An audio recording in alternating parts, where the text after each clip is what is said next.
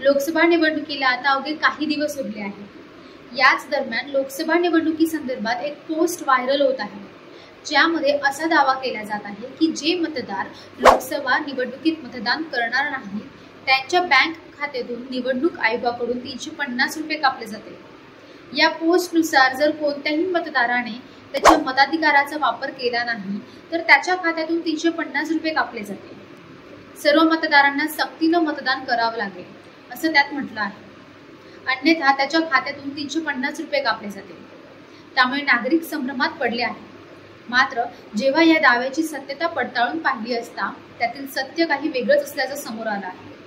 हा दावा पूर्णपणे खोटा असल्याचं PIBनं आपल्या तपासणीत म्हटलं आहे। PIBनं म्हटलं आहे की भारताच्या निवडणूक आयोगाने असा कोणताही निर्णय घेतलेला नाही, अशा बातम्या शेअर करू नका असा सल्लाही त्यांनी दिला।